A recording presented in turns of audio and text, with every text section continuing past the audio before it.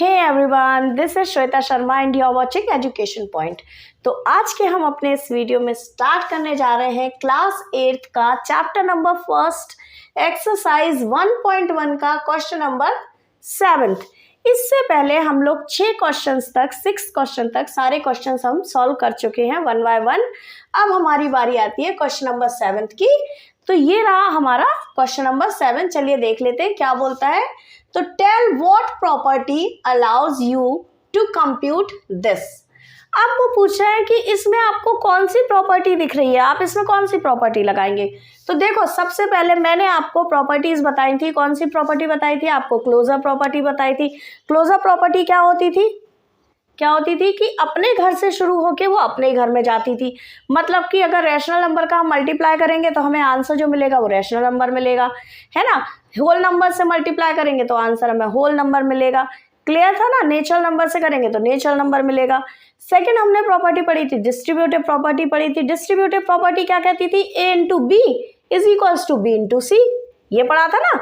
मतलब इनका जो ऑर्डर था वो a into B is equals to B into C. फिर हमने पढ़ी थी एसोसिएटिव प्रॉपर्टी। एसोसिएटिव प्रॉपर्टी हमने क्या पढ़ी थी? एसोसिएटिव प्रॉपर्टी हमने पढ़ी थी a into B into C is equals to a into B into C. ये पढ़ा था हमने। अब डिस्ट्रीब्यूटिव तक कम्यूटेटिव प्रॉपर्टी तक हमारे पास क्या होता था? कम्यूटेटिव प्रॉपर्टी तक हमारे पास 2 अल्फाबेट्स होते थे, है ना, 2 वेरिएबल्स होते थे, है ना। a इंटू बी होता था। अब एसोसिएटिव में क्या हो जाता है? 3 हो जाते हैं। उसके बाद फिर हमने पढ़ी थी distributive property, closure, commutative, associative और डिस्ट्रीब्यूटिव। अब देखो ये कौन सी है? इसमें हमें 3 दिख रहे हैं। देखो, इसको मान लो a, इसको मान लो b और इसको मान लो c, है ना। तो अब हमें ये क्या दिख रहे हैं? देखो, a इंटू ब्रैकेट में b इंटू सी। जब मैंने आपको बताया था जब भी 3 वेरिएबल्स आ जाते हैं और तीनों के तीनों मल्टीप्लिकेशन में तो वो क्या कहलाते हैं? एसोसिएटिव प्रॉपर्टी बन जाते हैं। बताया था ना आपको। कम्यूटेटिव में क्या होता था? a into B is equals to B into C, है ना। क्लोजर में रेशनल नंबर का मल्टीप्लिकेशन करेंगे तो रेशनल नंबर का आंसर आएगा, है ना। कम्यूटेटिव में a into B is equals to B into C, b into a। अब ये क्या है? उसमें खाली 2 ही वेरिएबल्स होते थे। अब जब ये 3 वेरिएबल्स आ गए a इंटू बी इंटू सी, तो अब हमारा क्या हो जाएगा? ये 3 वेरिएबल्स आ जाते हैं तो वो क्या बन जाता है? एसोसिएटिव। क्लियर ना। तो ये क्या है? Associative property. देखो, a into B into C, है ना। और हमने क्या पढ़ा था?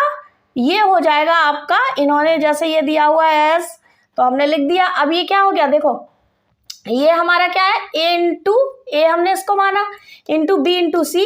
तो अब ये क्या हो जाएगा आपका? a इंटू बी और c हमारा क्या हो जाएगा? बाहर निकल जाएगा। तो ये देखो c हमारा बाहर आ गया। तो ये हमारी कौन सी प्रॉपर्टी है? Associative property. कौन सी प्रॉपर्टी है ये? Associative property.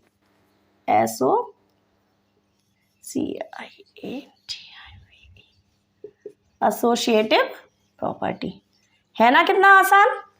तो ये आपका कौन सी प्रॉपर्टी है? Associative property. आप प्रॉपर्टीज का बिल्कुल ध्यान रखिएगा क्योंकि प्रॉपर्टीज बहुत ज़्यादा आपको दिमाग में रखनी है कि यहाँ पे कौन सी प्रॉपर्टी का यूज़ हो रहा है, कैसे। आपको प्रॉपर्टी पे बेस्ड कई सारे क्वेश्चंस दिए हुए हैं। तो आई होप कि आपको ये क्वेश्चन समझ में आ गया होगा। अब इसके बाद हम अपने नेक्स्ट क्वेश्चन नंबर 8 में आपसे नेक्स्ट वीडियो में मिलते हैं। जब तक आप इसका स्क्रीनशॉट ले लीजिए और इसको तैयार कर लीजिए।